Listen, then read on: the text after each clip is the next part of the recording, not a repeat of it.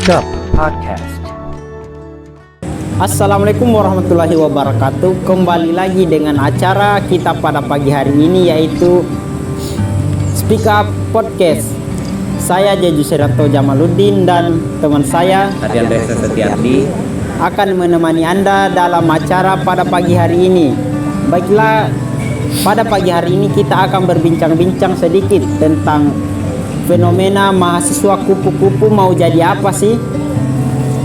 Namun kali ini kami sudah ditemani dengan narasumber kami, yaitu Kak Fatir Rizal Maksum atau yang lebih akrab disapa Kak Fatir, yang merupakan mahasiswa dari Universitas Muslim Indonesia jurusan Teknik Arsitektur, yang merupakan seorang desainer grafis dan konten kreator, dan merupakan seorang aktivis mahasiswa muslim.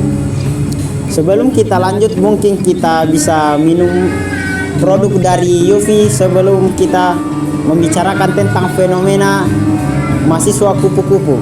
Kak, bisa minum. Jadi Yufi ini merupakan minuman minuman lokal buatan anak-anak masjid yang terdiri dari dua rasa, yaitu ada cappuccino coffee dan Oreo. Bagaimana rasanya, Kak? Mantap ya, ngeri. Ya, baiklah kita lanjut. Bagaimana kabar keseharian dari Kak Fatir? Alhamdulillah baik. Kalau aktivitas saat ini selain sibuk di desain grafis juga sambil penyusunan juga tugas akhir. Kalau dari segi tempat atau alam yang sedang kita tempati ini, bagaimana menurut Kak Fatir? Baguskah atau sekurang-kurang mantap itu? Konsepnya bagus ya, karena konsep outdoor. Jadi apalagi ini kita ambil spot syutingnya di kampus ya. Jadi sangat cocok lah dengan temanya, insya Allah. Jadi baiklah, jadi pada pagi hari ini kita akan membahas tentang fenomena mahasiswa kupu-kupu. Mungkin pemirsa di YouTube penasaran tentang apa sih mahasiswa kupu-kupu itu? Apakah seperti ulat yang kita tunggu hingga menjadi indah, atau seperti kupu-kupu yang terbang di taman-taman bunga? Menurut Kak Fatir, apa sih tentang mahasiswa kupu-kupu itu? Oke, baik, bismillah. Fenomena mahasiswa kupu-kupu atau yang biasa kita bilang, teman-teman bilang mungkin mahasiswa kuliah pulang nih. Ya. Cocok nih. Jadi ada beberapa tipe-tipe mahasiswa. Kalau kita mau tahu, yang teman-teman akrab biasanya apa? Kupu-kupu ya. Kuliah pulang. Sama kura-kura. Oke. Kuliah rapat. Nah, kalau kupu-kupu ini memang ada tipe-tipe mahasiswa yang seperti ini, yang datang saja ke kampus untuk kuliah selesai langsung pulang. Nah, jadi itu cuman istilah saja. Nah, ini pulangnya kita tidak tahu kemana, apakah dia langsung ke rumahnya kah, ke kosnya kah, atau dia mungkin kerja atau ada bisnis yang lain, ini kita tidak tahu.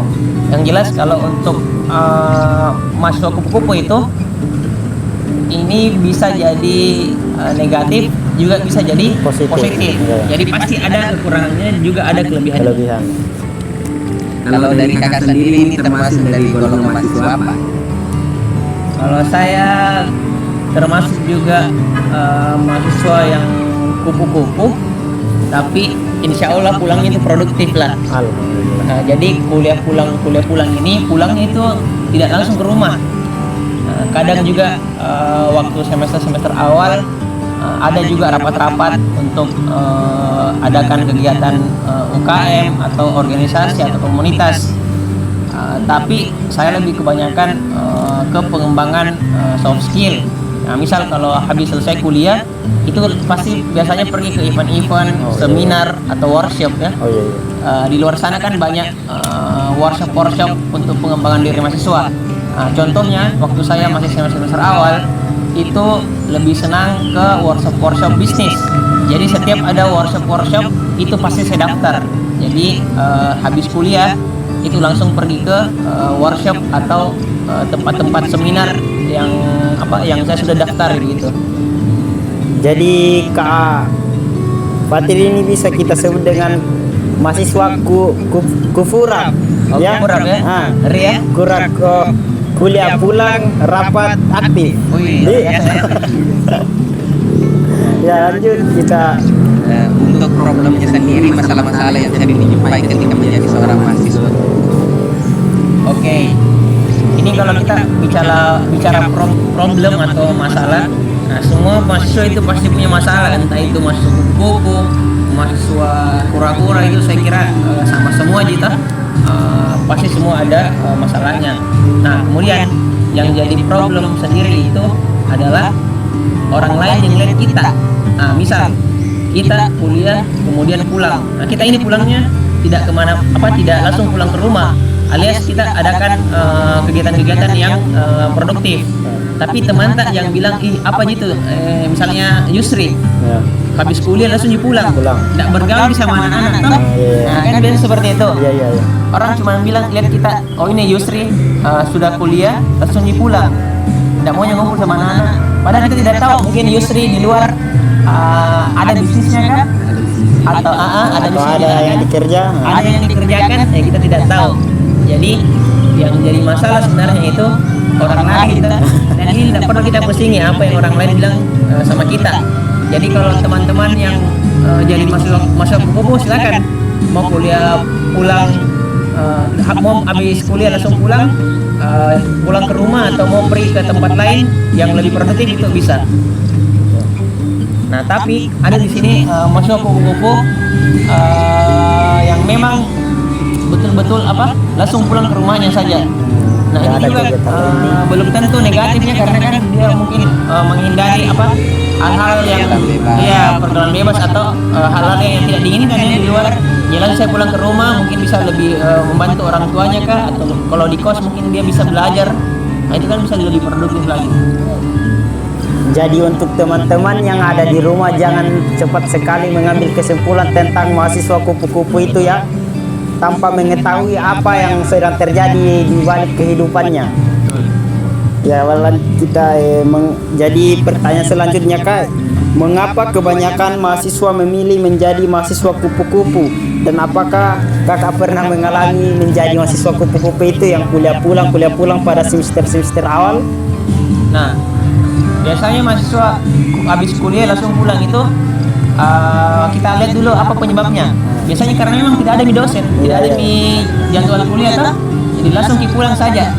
Yang kedua, kita pulang ke kos atau pulang ke rumah memang karena capek, misalnya sudah capek di kampus, mau istirahat, langsung saya pulang ke rumah. Ini mungkin ada tipe-tipe mahasiswa, ada yang mungkin yang introvert, ada yang ekstrovert.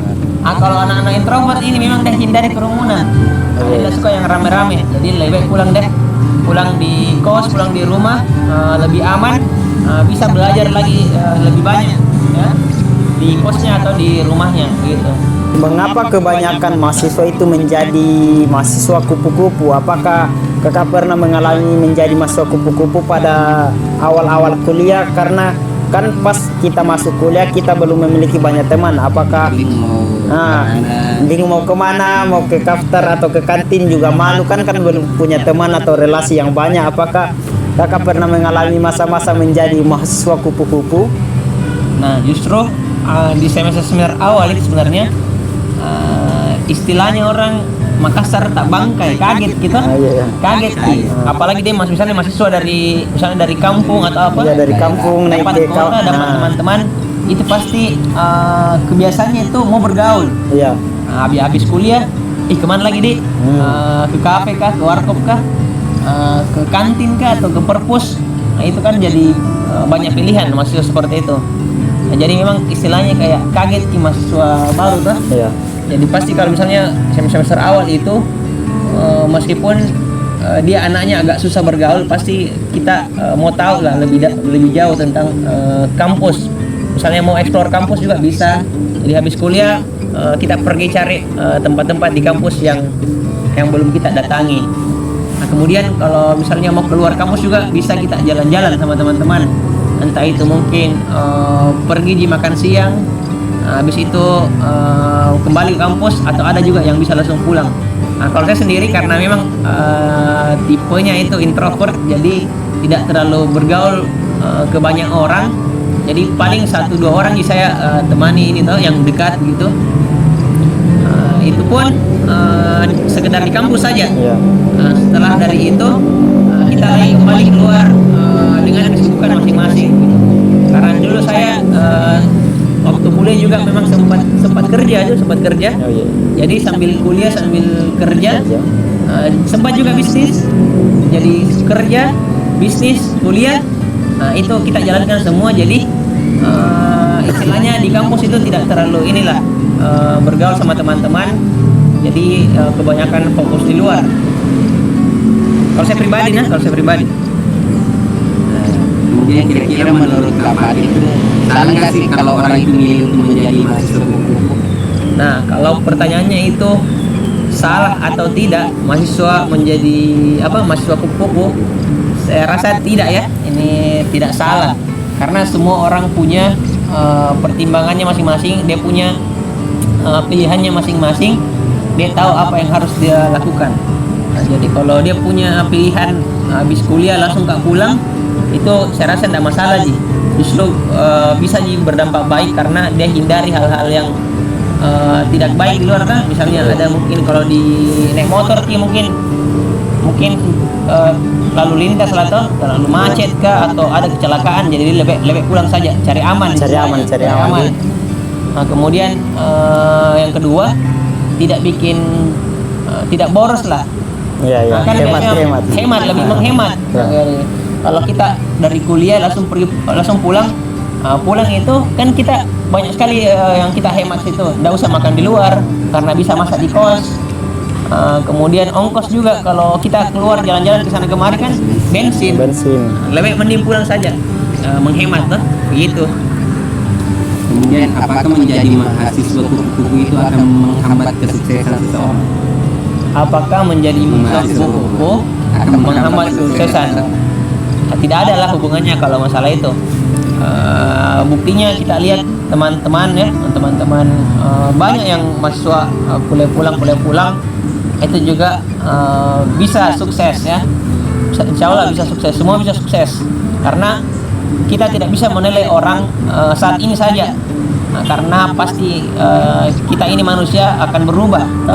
Bisa saja dulu kuliah pulang, ada juga bisa kuliah kerja. Insya Allah dia bisa lebih lebih produktif. Jadi menurut Kak Fatir ini apa sih dampak positif dan negatif dari menjadi mahasiswa kupu-kupu? Oke, kalau dampak positifnya menjadi mahasiswa kupu-kupu, nah itu tadi yang saya bilang tadi, dia menghemat pengeluaran, kemudian menghindari hal-hal yang tidak diinginkan, kecelakaan kah, kemacetan kah, atau hal-hal yang lainnya. Kalau dampak positifnya ini bisa memperluas relasi, jaringan, pertemanan, kemudian wawasan, kemudian pengalamannya itu memang beda ya. Kurang. Jadi teman-teman yang mahasiswa kupu-kupu itu dampak positifnya itu tadi, menambah relasi, menambah wawasan, pengetahuan, dan lain sebagainya. Terakhir nih Kak, ada pesan untuk orang yang mahasiswa kupu-kupu, pesan atau motivasi untuk menjadi biar ndak itu kerjanya kuliah pulang. Nah, untuk yang ndak ada kerja, karena ada juga mahasiswa yang pulang untuk tidur. Pulang ada bisnis. Untuk yang memang kuliah pulang betul ini itu tidur kuliah, habis kuliah itu pulang tidur, baru bangun lagi kalau pagi kuliah lagi, baru pulang lagi tidur. Oke. Menurut kakak bagaimana? Jadi memang ya ada mahasiswa yang kuliah kemudian pulang saja. Iya, pulang saja. Tidur sampai. Oke. Kalau tidurnya karena capek, oke, enggak apa-apa Ji itu. Itu maklum lah kalau tidurnya capek, tapi kalau tidurnya memang karena malas-malasan, Iya. itu memang kalau untuk apalagi kita anak-anak muda ini sangat tidak dianjurkan. Ya. Apalagi dalam masalah agama ya, bermalas-malasan, futur itu memang tidak dianjurkan ya. Dalam agama sudah dijelaskan itu hendaknya memang kita semua manusia, apalagi pemuda, jangan malas-malasan. Karena kan bentuk biasanya memang kita ini memang muncul kayak perasaan capek sekali Kak, mau tidur. Iya. Tapi sebenarnya itu bisa dilawan. Bisa dikontrol, itu sebenarnya bisa dikontrol. Jadi kontrolnya itu kembali lagi ke derita masing-masing. Iya. Apa yang faktor pemicunya ini bisa dikontrol? Impian dan target. Oh, saya targetku harus lulus tepat waktu. Artinya tidak bisa gak malas-malasan. Oh, targetku saya mau buka bisnis. Oh, tidak bisa gak malas-malasan, harus kerjakan gini. Targetku saya mau menikah di semester 5. Tidak mungkin kamu rebahan saja. Tidak mungkin kamu malas-malasan. Pasti perjuangkan. Oh, bagaimana caranya cari uang ininya, uang panainya kalau di sini. Itu pasti usahakan. Jadi apa yang membuat kita tidak malas-malasan, apa yang membuat kita semangat, itu tadi target dan impian. Itu harus punya target dan impian. Jadi untuk mahasiswa, apalagi untuk mahasiswa awal, mahasiswa baru, itu betul-betul harus punya target dan impian, karena itu yang menjadi masalah saat ini. Mahasiswa kalau ditanya apa tujuannya kuliah, untuk kerja saja, untuk kerja, tidak ada alasan lainnya. Padahal banyak yang bisa kita dapatkan selama kuliah. Itu juga sering ditanya, kamu kuliah untuk apa? Itu Tonji, untuk ijazah yang penting selesai di. Nah, itu kan orang awam memang begitu ya, karena memang mereka belum tahu apa ininya, apa esensi dari perkuliahan. Sebenarnya esensi dari perkuliahan itu, kalau kita mau tarik belakang lagi, teman-teman di sini SD, kemudian SMP, SMA. Sebenarnya ini bukan pilihannya teman-teman, memang karena sudah jadi kebiasaan. Iya. Bukan dari keputusan tidak sendiri toh. Iya. Bilang saya mau ke SMP, harus ke SMP, tidak. Karena kita tahunya itu harus dari SMP, SMA, habis dari SD, SMP, habis dari SMP, SMA, habis dari SMA, kuliah, S1. Akan kita ngikut ya kebiasaan. Iya, kebiasaan. Kayak kultur di. Yang menjadi penentunya itu misalnya di S2. Di sini baru pilihan. Kalau benar-benar kita mau kuliah tuh, saya mau ke S2. Itu baru pilihan sendiri itu. Karena kalau S1 gitu memang karena kita ngikut gitu, habis dari SMA ke kuliah S1. Nah, tapi kalau S2 ini memang pilihan tak sendiri, bilang harus kalian lanjut atau kerja. Lanjut atau kerja gitu. Karena esensi memang kuliah itu apa bedanya orang yang kuliah dengan orang tidak kuliah? Pola pikir. Pola pikir. Contoh di kampus yang kayak seperti tugas-tugas misalnya tugas podcast lah, tugas wawancara, itu sebenarnya melatih banyak hal, baik itu soft skill dan hard skill. Kayak misalnya soft skill, ini kan teman-teman main teknis ya, bagaimana pengolahan audio, bagaimana pengolahan gambar, bagaimana pengolahan video, semua teknis. Kemudian ada hard skill. Apa itu hard skill? Ini kayak misalnya kepribadian tak, misalnya sikap disiplin tak, mental tak.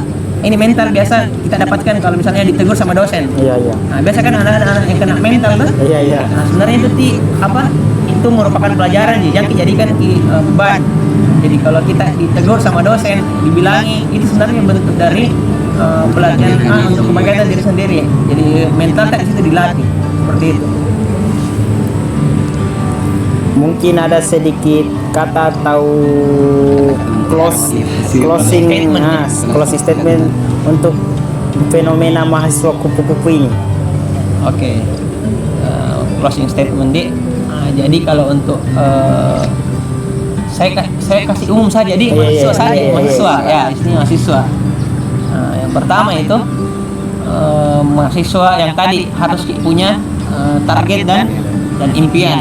Nah, kalau kita tidak punya target dan impian, itu pasti larinya kemana-mana kan? Iya. Nah, contoh, saya mau ke Maros. Saya sudah tahu harus lewat sini, harus lewat Jalan Perintis, lewati Unhas. Nah, saya sudah tahu. Beda sama misalnya saya keluar, saya naik motor, mau kemana di? Itu pasti larinya keliling pasti. Nah, karena tidak tahu tujuannya atau targetnya gitu. Itu tadi yang pertama, target dan impian. Kemudian yang kedua,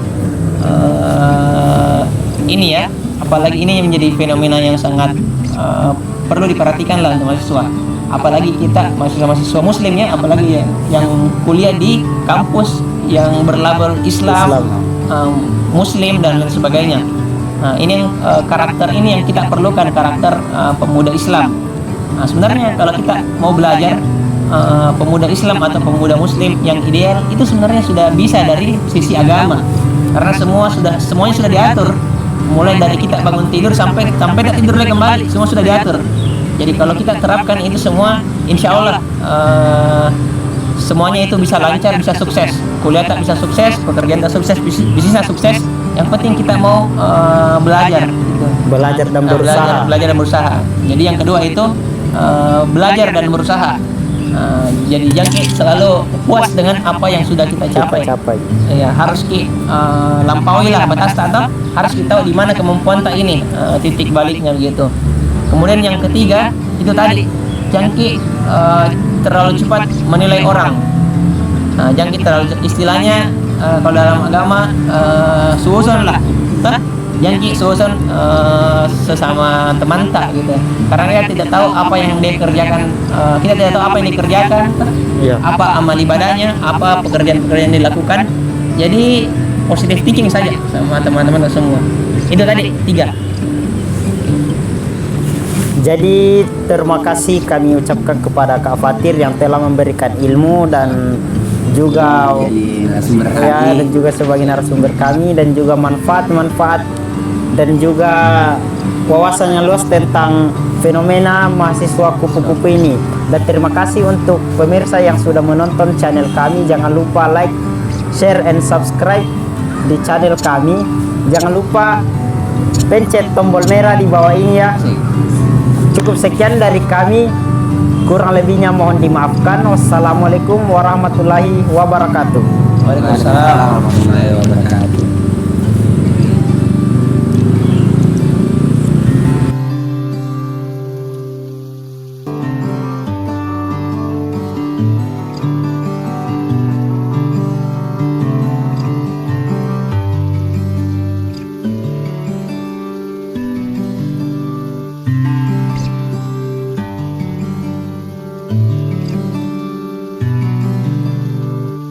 kita juga paham waktu lah, kita paham manajemen waktu,